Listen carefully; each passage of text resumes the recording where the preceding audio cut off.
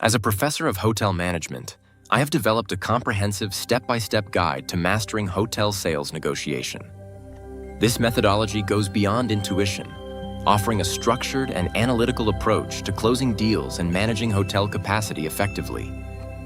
You will learn to distinguish between conflict and conflict-free scenarios, adapting your negotiation style accordingly. The guide also covers allotment lease mastery, helping you navigate the complexities of selling capacity to agencies amid uncertainty.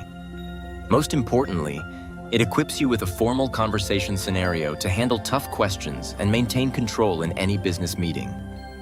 One essential technique is the 4-step overbooking protocol.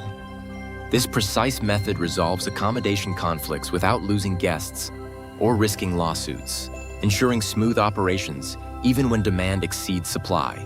The guide walks you through the 3-phase negotiation process: preparation, the operational phase, and conclusion. Each phase is designed to build confidence and secure favorable outcomes in your hotel sales discussions.